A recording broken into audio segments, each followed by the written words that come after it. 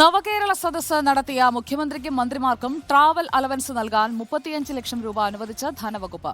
നിലവിലുള്ള ട്രഷറി നിയന്ത്രണങ്ങളിൽ ഇളവ് വരുത്തിയാണ് ഉത്തരവിറക്കിയത്. ഒരു ദിവസത്തെ താമസത്തിന് 1000 രൂപ പ്രത്യേക അലവൻസുമുണ്ട്.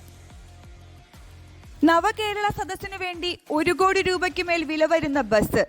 ഇതിന്റെ ആഡംബര വിവാദം തീരും മുൻപേയാണ് മുഖ്യമന്ത്രിക്കും മന്ത്രിമാർക്കും ട്രാവൽ അലവൻസ് അനുവദിച്ചുള്ള ഉത്തരവിറങ്ങിയത്. 1 കിലോമീറ്റർ യാത്രയ്ക്ക് 15 രൂപയാണ് യാത്രാ ചെലവായി ലഭിക്കുക. മൊത്തം യാത്രയുടെ ദൂരം കണക്കാക്കി മുഖ്യമന്ത്രിക്കും മന്ത്രിമാർക്കും പണം നൽകും. ഇതുകൂടാതെ ഒരു ദിവസത്തെ താമസത്തിന് 1000 രൂപ പ്രത്യേക അലവൻസ് ഇനത്തിൽ 36,000 രൂപയും ഓരോരുത്തർക്കും കിട്ടും. ട്രാവൽ അലവൻസ് നൽകാൻ 35 ലക്ഷം രൂപ വേണമെന്ന് പൊതുഭരണ വകുപ്പ് ജനുവരിയിൽ തന്നെ ധനകാര്യ വകുപ്പിനോട് ആവശ്യപ്പെട്ടിരുന്നു.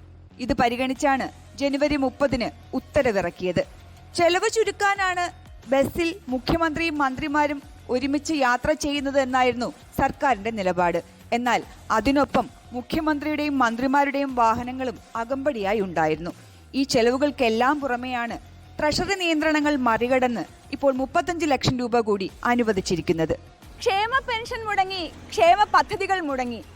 എന്നിട്ടും ഖജനാവിൽ നിന്ന് പണമെടുത്ത് നടത്തിയ നവകേരള യാത്രയുടെ യാത്രാ ചെലവിനത്തിലും താമസ ഇനത്തിലും മുഖ്യമന്ത്രിയും മന്ത്രിമാരും കൈപ്പറ്റുന്നത് മൊത്തത്തിൽ 35 ലക്ഷം രൂപ.